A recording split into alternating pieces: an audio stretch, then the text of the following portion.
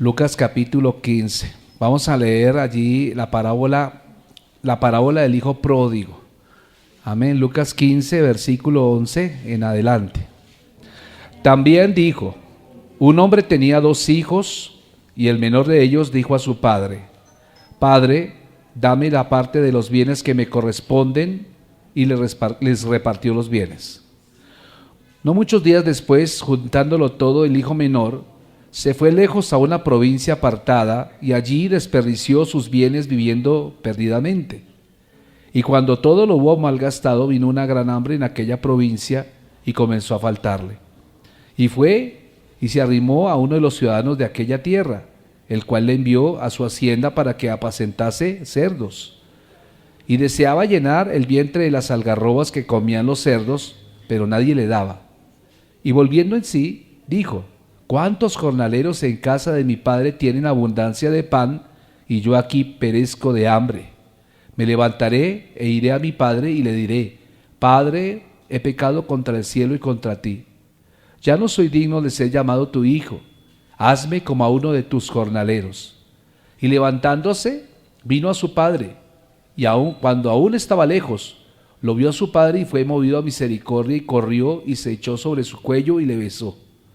Y el hijo dijo al padre: he pecado, le dijo: Padre, he pecado contra el cielo y contra ti, y ya no soy digno de ser llamado tu hijo.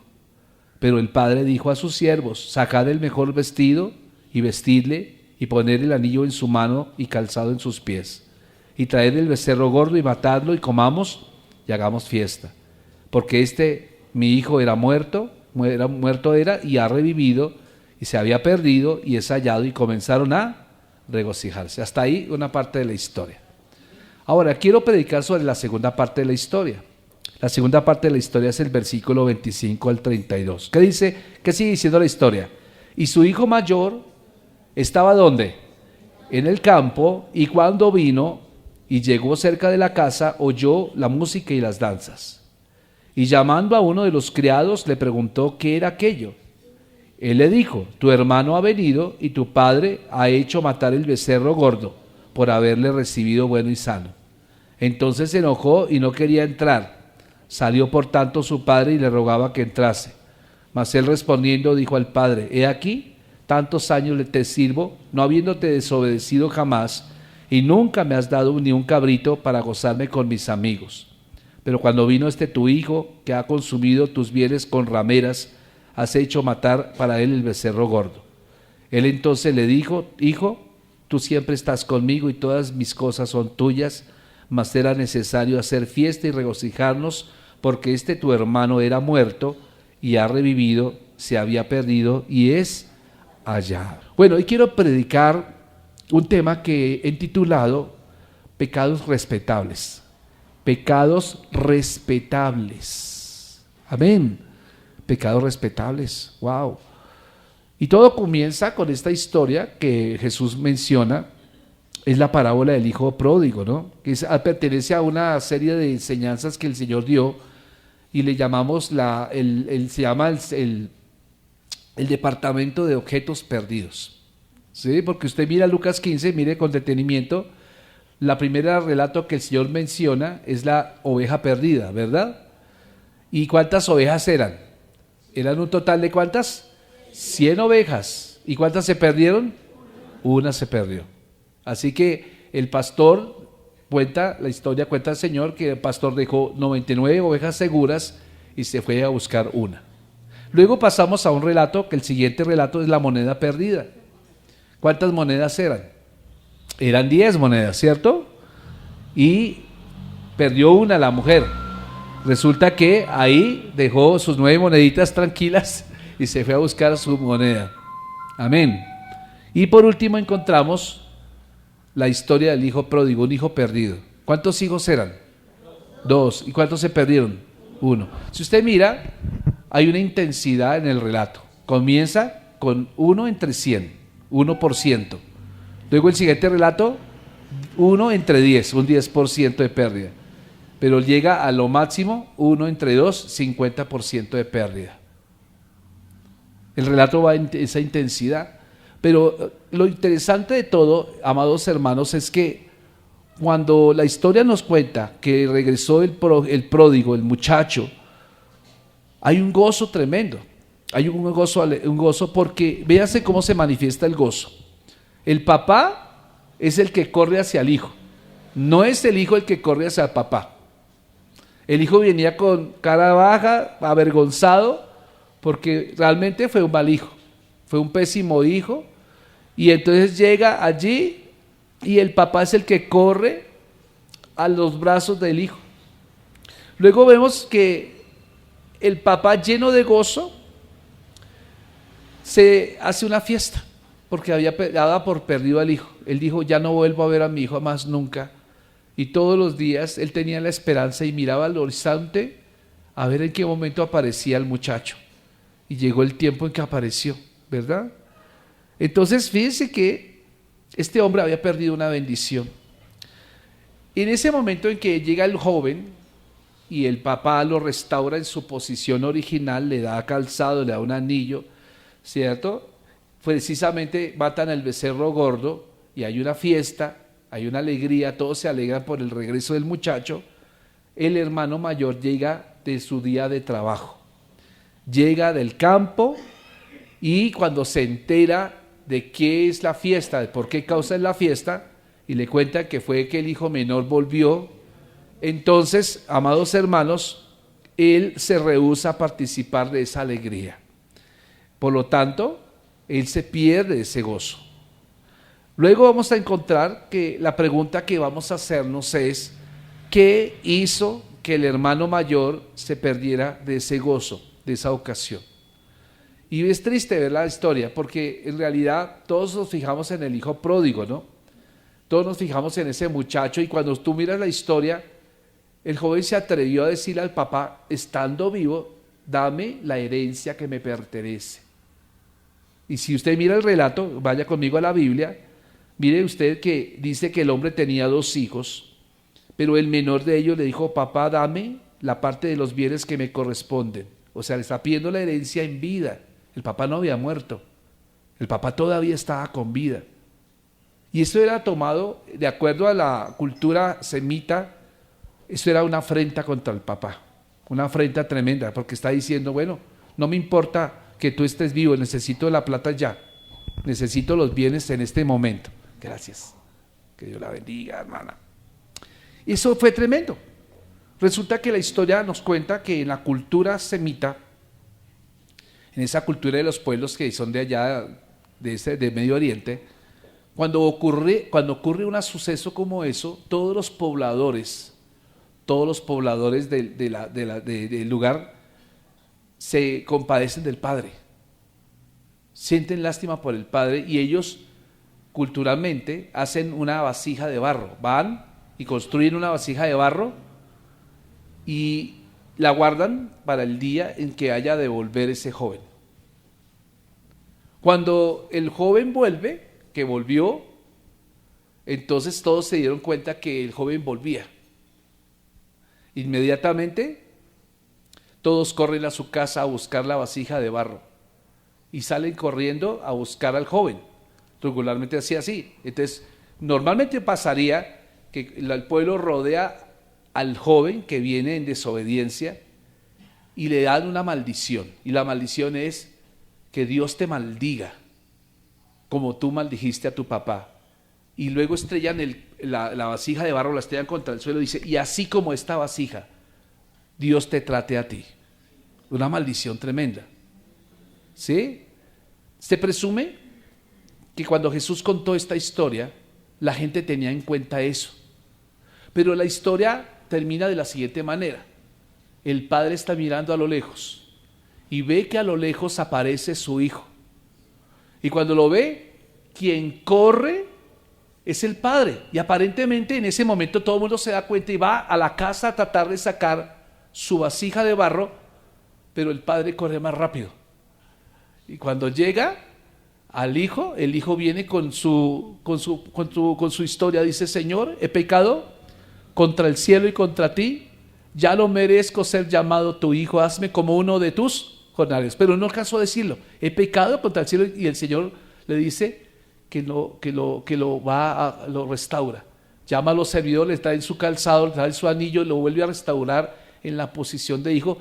Y se parece que, según la tradición dice, que parece que ya los pobladores al darse cuenta de eso, no alcanzaron a romper sus cántaros de barro, de tal manera que tuvieron que llevárselos a su casa nuevamente, porque no alcanzaron a maldecir al hijo. ¿Sabe cómo se llama eso? Se llama misericordia. Se llama misericordia. Pero la historia, Jesús la cuenta, y usted notará que el pasaje no tiene final. Mire con detenimiento el capítulo 15. Dice el capítulo 15, ahí va desde el 25 cuando leemos, dice, y le dijo, tu hermano ha venido, pero en el 25 dijo, y su hijo mayor estaba en el campo, y cuando vino llegó cerca de la casa y oyó la música y las danzas. Y llamando a uno de los criados le preguntó, ¿qué es eso? ¿Qué es aquello? Él le dijo, tu hermano ha venido y tu padre ha hecho matar el becerro gordo por haberle recibido, ¿qué? Bueno y sano. Entonces se enojó. ¿Quién se enojó? El hermano mayor. Y fíjense cómo él expresa la expresión del hermano. Dice, no quería entrar. Salió por tanto su padre y le rogaba que entrare. Mas él respondiendo dijo, he aquí tantos años te sirvo, no habiéndote desobedecido jamás, y nunca me has dado ni un cabrito para gozarme con mis amigos.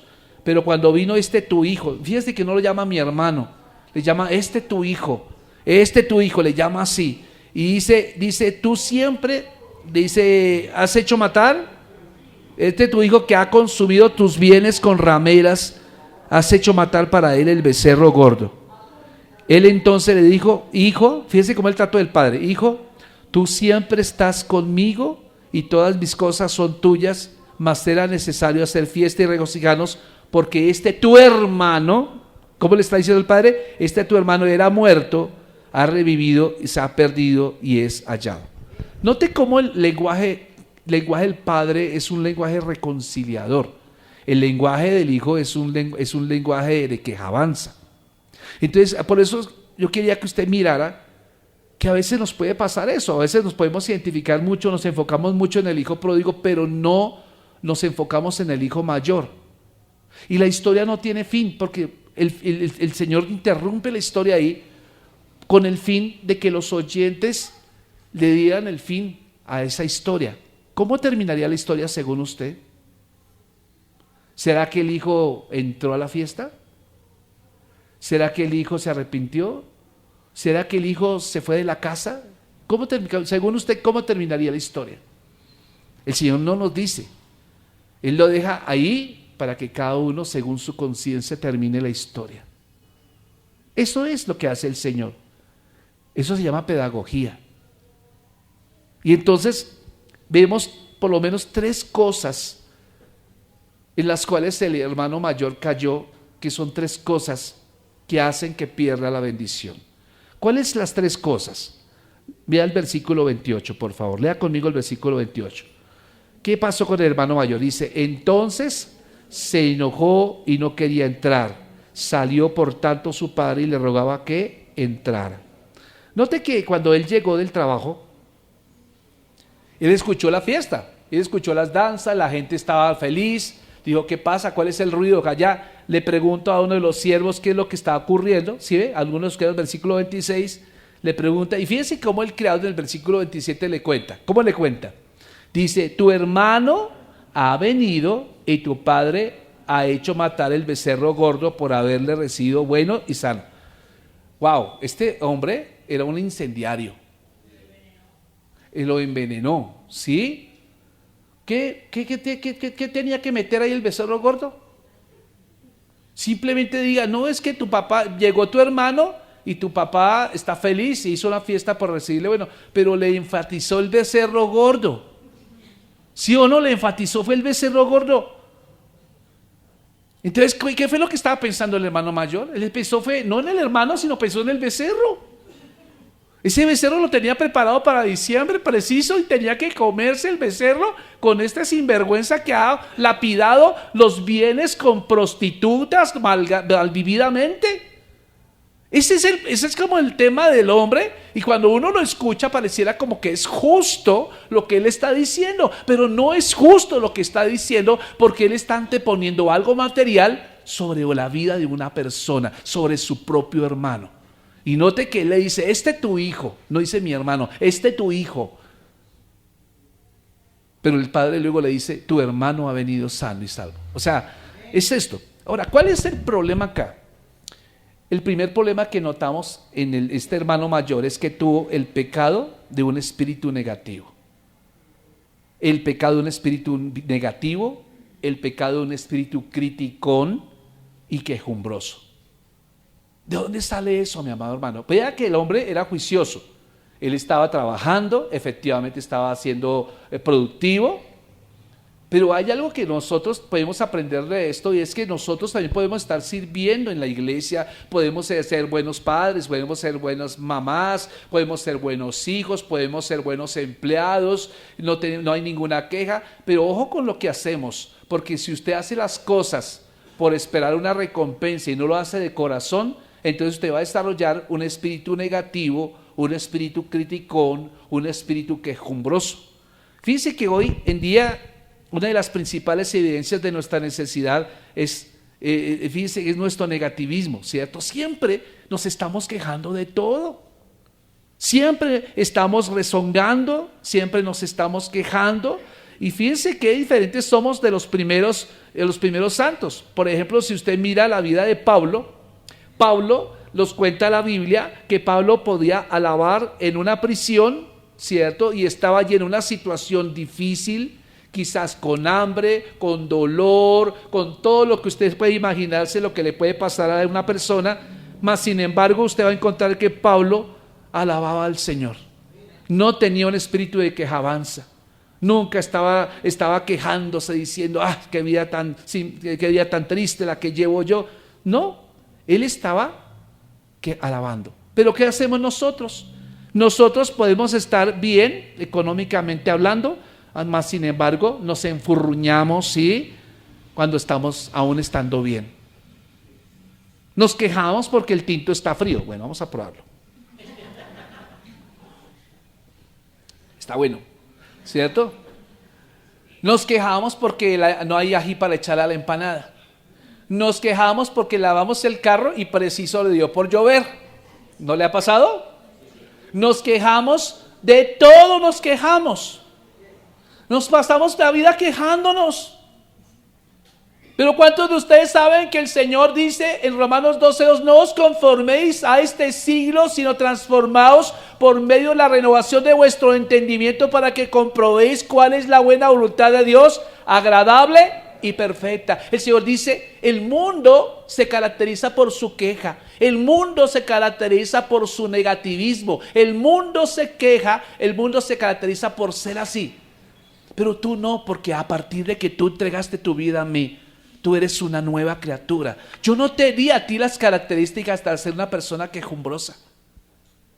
Y sabe una cosa, ¿qué pasa aquí en este problema? Hay otra persona, por ejemplo, que uno puede ver. Pablo por lo menos se gloriaba en sus debilidades. Si usted mira primero a los Corintios capítulo 12, y dice que él tenía un aguijón en la carne, ¿cierto? Y dice que él le dolía ese aguijón, pero no era un aguijón, no era una espina, sino era como la persecución. Todo pareciera como que Pablo se esforzaba porque la gente recibiera a Cristo y como que se levantaba más el opositor. Y entonces entonces él dice, no, pues yo me glorío en las debilidades, ¿cierto? Pero nosotros, los que estamos en este siglo XXI, tal vez gruñimos en medio de la abundancia. No sé si usted se queja todo el día. Si usted se queja todo el día, no se sorprenda, amado hermano, de estar cansado como perro en la noche. Dios quiere bendecirlo, pero tiene que cambiar su lenguaje. Dios quiere bendecirlo, pero tiene que ser agradecido. Este joven hacía sus cosas, pero él se empezó a quejar. Pero ¿cómo así? Que mataron el becerro gordo. ¡Qué injusticia! Yo matándome día y noche, ¿cierto? Jamás los cristianos han tenido tanto como hoy en día y han apreciado tan poco. Si usted viera la iglesia primitiva, casi todos los cristianos murieron en las fauces de los leones. La mayoría de cristianos del primer siglo murieron crucificados. La mayoría terminaban en el circo romano, mi amado hermano, y aún así ellos se caracterizaban porque tenían gozo. Mire Hechos 5:42, no pierda de vista eso. Mire Hechos 5:42, cómo eran los primeros cristianos aún con persecución. Y Hechos capítulo 5 nos dice así, dice, y todos los días en el templo y por las casas no cesaban de enseñar y predicar a Cristo. Siempre hacían todo, vendían todo lo que tenían. Y capítulo 4 también, 4:32, dice, y la multitud de los que habían creído era de un corazón y un alma, y ninguno decía ser suyo nada, propio nada de lo que poseía, sino que tenían todas las cosas en común. Y con gran poder los apóstoles daban testimonio de la resurrección del Señor Jesús, y abundante gracia era sobre ellos, así que no había entre ellos ningún necesitado, porque todos poseían heredades, vendían casas, ¿cierto? Pero note que la actitud que tienen ellos es de alegría, es de gozo, y el gozo no depende de circunstancias que te rodeen, de que todo esté bien, de que no llueva, de que haga sol, no, depende de tu relación con el Señor. Eso es lo que pasa. Entonces, por eso, mi amado hermano, yo me ponía a pensar, ¿por qué razones un cristiano se queja? ¿Por qué razón o qué razones son las que muchas veces los cristianos nos quejamos? Y por lo menos encuentro a lo menos 5 razones. Algunos cristianos se quejan de sus familiares. Cristianos que se quejan de sus familiares. Quiero decirle que la familia que usted le dio el Señor es la que le dio. Yo he visto cuadros, hermano, tristes de personas que siempre están peleando, parejitas que pelean, y cuando llega el momento de que el Señor los llama a su presencia, alguno de los dos, ese día se quisiera devolver el tiempo y decir qué tontos fuimos. Dedicamos toda nuestra vida fue a pelear en lugar de estar juntos. Pero ya es difícil, es imposible devolver el tiempo. Nos la pasamos regañando a nuestros hijos y nos perdemos el milagro de verlos crecer y de jugar con ellos. ¿Se acuerdan que yo les conté una vez, un pastor amigo mío contaba una vez un testimonio de que un día en el colegio, precisamente por un tiempo como este, el colegio se le dio por hacer una actividad un domingo a la mañana, de ir a elevar cometas con sus hijos. Y el pastor tenía que predicar ese día en la iglesia.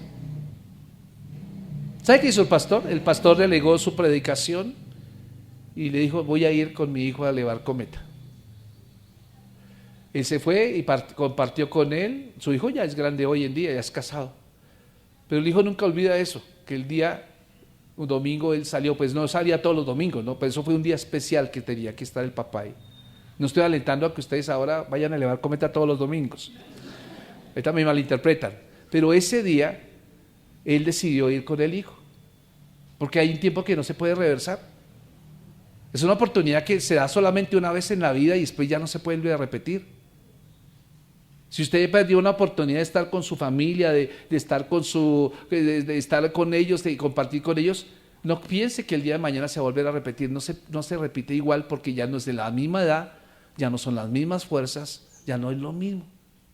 Y fíjense que, hermano, él jugó, se divirtió, el hijo fue fortalecido, oraron juntos, y a eso de las 12:30, cuando la gente salió de la iglesia del culto, pasaron por aquel parque muchos hermanos y vieron al pastor elevando cometa con el hijo.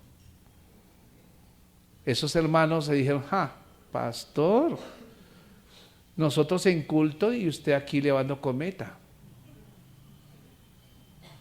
Pero usted sabe por qué estaba elevando cometa. Ahora el pastor nunca falta a la iglesia. Pero así muchos hermanos faltan a la iglesia por costumbre. Hay hermanos que por ahí de los 52 domingos del año vienen 2 domingos. Y justo los 2 domingos que vienen es el día que se celebra la cena de Navidad y el otro es cuando hay un paseo. ¿No ha pasado? Cualquier coincidencia no es pura, ¿cierto? Pero pasa, no pasa. Y vean ustedes que entre menos ustedes vengan, mucho más posibilidades de que ustedes se quejen. Entre menos ustedes se empapen del Señor, más se va a empapar del diablo.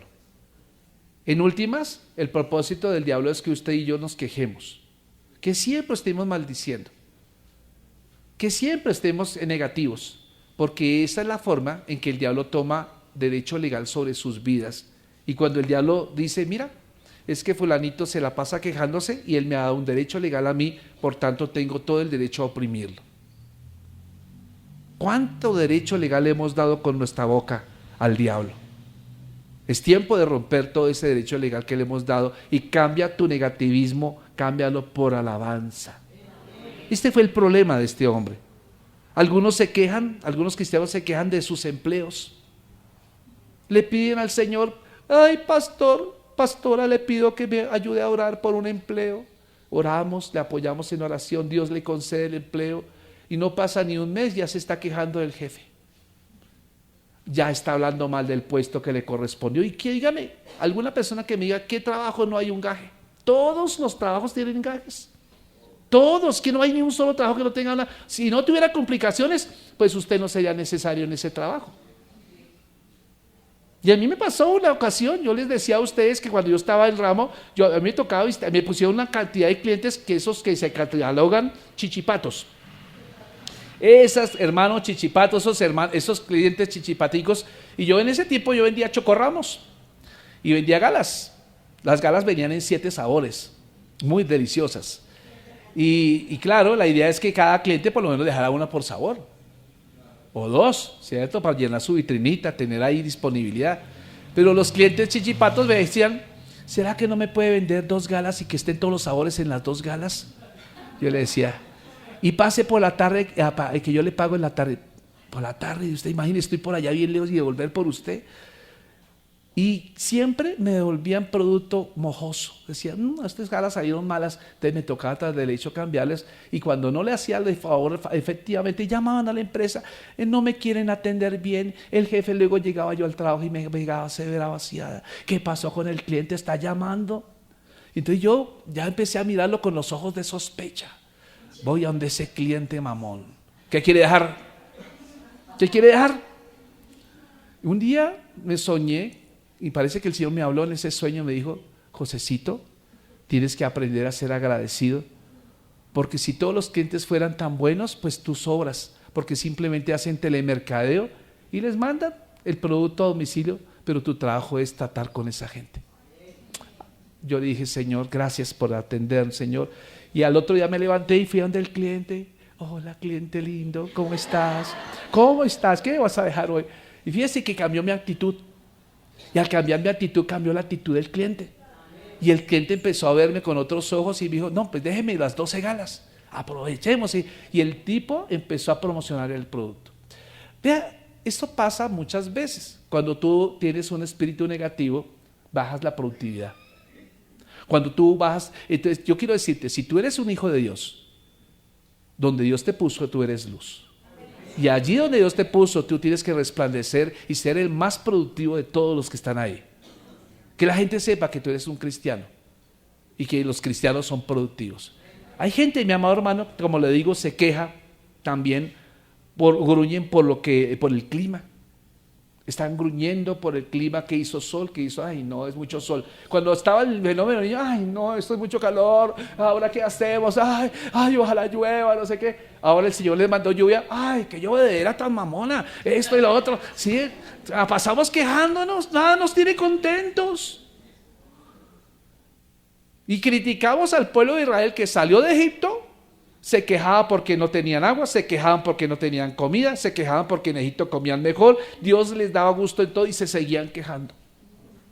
Cualquier parecido con la actualidad no es pura coincidencia. Nuestro corazón muchas veces es desagradecido. Entonces nos quedamos por el clima. Algunos son especialistas en encontrar fallas. Hay mucha gente que llega a esta iglesia esperando que está la iglesia perfecta, ¿no? Entonces vamos a mirar al pastor qué tan perfecto es, vamos a ver la pastora qué tan perfecta es, el hermano que está en la reja qué tan perfecto es, me mira bien, no me mira bien, ay, el hermano que canta acá, a ver si canta bien, se le salen cuantos gallos, no le salió ninguno. Están buscando, como decía un hermano mío, la peca en la pared. No disfrutan. Hermano, no hay iglesia perfecta. Dígale al hermano que está ahí al lado, dígale así, dígale, mira a los ojos, dígale, esta iglesia era perfecta hasta que tú llegaste. Amén. ¿Se lo dijo? Esta iglesia era perfecta hasta que tú llegaste. Todos tenemos defectos, hermanos. Todos, hermanos. Todos. Y si usted quiere encontrar una falla en esta iglesia, la va a encontrar. Y si sea otra iglesia quiere encontrar una falla, la va a encontrar. La única iglesia perfecta está en el cielo. Es la única iglesia perfecta. Hermano, algunos se quejan, hermano, de las iglesias, se quejan de los pastores. Pero hermano, los corazones revividos encuentran en Jesús lo suficiente como para mantenerse alabando. Alabe al Señor. Vea a todos, hay una oportunidad siempre de darle gracias a Dios por lo que somos, por lo que tenemos, ¿cierto?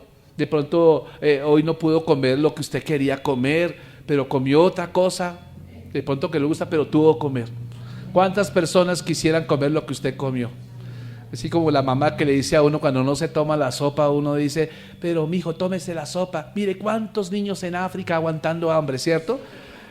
Y uno se toma la sopa porque piensa en los niños de África. ¿Somos desagradecidos, hermanos? ¿Se ha quejado últimamente? Vea el segundo espíritu que tenía el hermano mayor. El segundo espíritu lo llamamos el pecado del espíritu ofendido. Versículos 29 y 30. ¿Qué dice allá? Vaya a Lucas 15, 29 y 30. Dice, mas él respondiendo dijo al padre, he aquí tantos años te sirvo, no habiéndote desobedecido jamás y nunca me has dado ni un cabrito para gozarme con mis amigos. Pero cuando vino este tu hijo, que ha consumido tus bienes con rameras, has hecho matar para él el becerro gordo. Otra vez con el tema del becerro gordo. Este man no tenía sino otro problema, era el becerro. Estaba ofendido, es un espíritu de ofensa, ¿cierto? Y fíjense que él dice, cuando vino este tu hijo, y fíjense que cuánto se obstaculiza la obra de Dios por este pecado, lo que el espíritu ofendido le hizo. Fíjense que por lo menos 5 cosas. Le hizo quejarse cuando era tiempo de gozarse, porque el papá le está diciendo, ven, entra a la fiesta también y tú te gozas con nosotros. O sea que sí tenía oportunidad de comer becerro gordo, pero él por orgulloso, por indignado, no quiso entrar. Vemos también que él exageró en su propia rectitud. Ve al versículo 29, exageró en su propia rectitud porque dice, he aquí tantos años te sirvo, no habiéndote desobedecido jamás. Ve, hermano, el Señor dice que cuando nosotros hacemos lo bueno, hacemos lo justo, pues nada estamos haciendo extraordinario. Siervos inútiles nos llama el Señor por hacer lo necesario. No estamos haciendo nada extraordinario. Vea que dice también, dice que se autocompadeció del versículo 29, dice, y habiéndote decidido, y nunca me has dado ni un cabrito para gozarme con mis amigos. La autocompasión es pecado. ¿Me explico? La autocompasión es pecado. O sea, no tienes por qué estar teniendo lástima de ti mismo. Ni tienes que estar llamando la atención de la gente para que te vean allá como un Jordano. ¿Sabes esos perritos Jordanos? Y eso fue en un tiempo cuando yo era novio de mi esposa, eso era común, los Jordanos, ¿sí o no? Con la letra Timoteo, uno iba a la tienda de peluches y le daban un Jordano y uno le daba ese regalo y yo una vez cuando yo estaba empezando caminos con el Señor, me acuerdo que estaba en plan de conquista con mi esposa, pues yo compré un Jordano, pero se lo compré con cachos y rabo, para que se viera un poco más valiente, ¿no? Porque ese caro y con unos cachos y rabo. No, mi esposa cuando fue, me lo recibió, ay, gracias cariño, esto y lo otro. Al día siguiente cuando volví, me encontré con el Jordano sin cachos y sin rabo. Ella le había cortado los rabos y los cachos. Digo, ¿y por qué le cortaste el rabo? Ay, eso se ve feo con eso. Pero cuántas veces nos quejamos de todo, hermano. Nos quejamos, hermano, y créame, Dios quiere bendecirte. Él se autocompadeció. Dios no quiere que te compadezcas. Dios quiere que mires la cruz. Mira la cruz. Tú no eres nada sin la cruz. No busques el favor de la gente.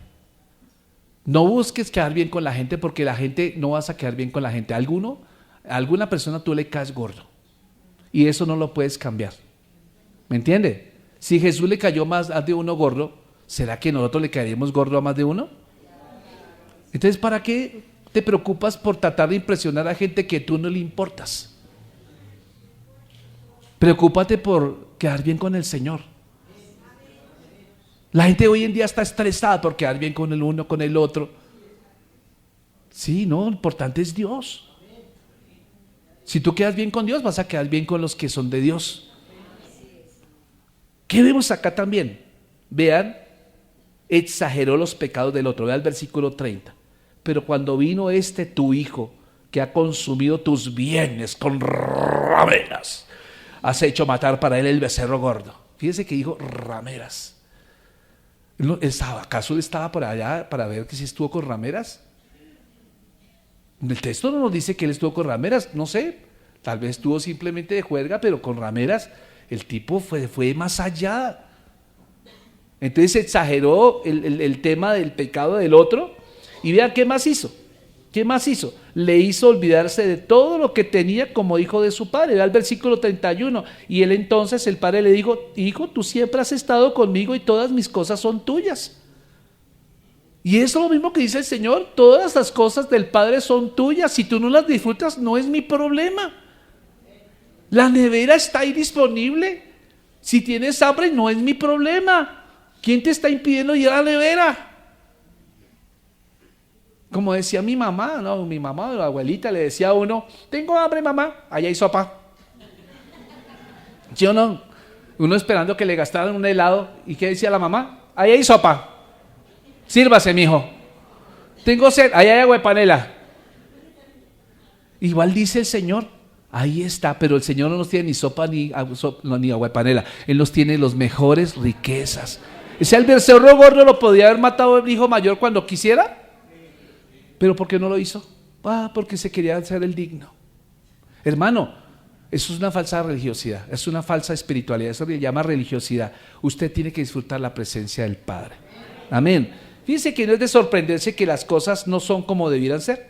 Tal vez usted tiene algo contra otro, tiene que arreglar las cosas. Y el tercer pecado que encontramos en el hijo mayor es el pecado de un corazón sin compasión. Vuelva a leer el versículo 30. Pero cuando vino tu hijo que ha consumido tus bienes con rameras, has hecho matar para él el becerro gordo. Fíjese por qué no se conmovió el hermano del pródigo por el regreso de este. ¿Por qué? ¿Por qué no se había conmovido cuando se fue? A él le dio lo mismo que se hubiera ido. Él no se fue detrás de él, no estuvo preocupado, no le dijo: papá, mi hermano, ¿dónde estará en este momento? ¿Será que está bien? Ya ha pasado mucho tiempo, no nos ha llamado, no ha venido, no nos ha mandado ningún mensaje. Le dio lo mismo. Es una persona sin compasión. Y fíjense que él se excusa diciendo que él ha trabajado arduamente en la familia, pero él no era como el papá. Vea qué diferencia. El papá también trabajaba, el hermano mayor trabajaba, pero el hermano mayor era indiferente, el papá era muy consciente. ¿Y cómo termina la historia? Al padre sí le importó todo lo que le pasaba al hijo menor, y es lo mismo que le está diciendo el Señor hoy: a mí me importas tú. Me importas demasiado tú cuando tú no vienes a la iglesia. Me importa demasiado tú cuando no oras. Me importa demasiado cuando tú te preocupas. Me preocupa demasiado cuando tú vas camino a la perdición. Eso es lo que uno tiene que aprender. El padre se vuelca sobre su hijo. Y déjeme decirte que el hermano mayor, en el texto bíblico está total que no se le vuelve a mencionar. Se le soslaya, se le tiene de menos. Porque quizás nuestros pecados son revelados cuando estudiamos a este personaje. Encontramos que sí somos orgullosos. Venimos a la iglesia y decimos: gloria a Dios, aleluya. Esa silla es mía, hermana. Quíteme ese bolso de aquí. Esa bolsa, no, hágame el favor. Somos orgullosos. Yo le pregunto a usted en esta mañana: ¿usted se ve reflejado en este hijo mayor? Si usted se ve reflejado en este hijo mayor, quizás usted tiene el mismo problema de sus pecados respetables. Son pecados respetables. Y fíjese que el Señor quiere que tú te goces con Él. Entra en la fiesta. Gózate. Finalmente todo lo que estaba ahí también era el Padre. Y el Padre podía decir que, pero Él era demasiado digno.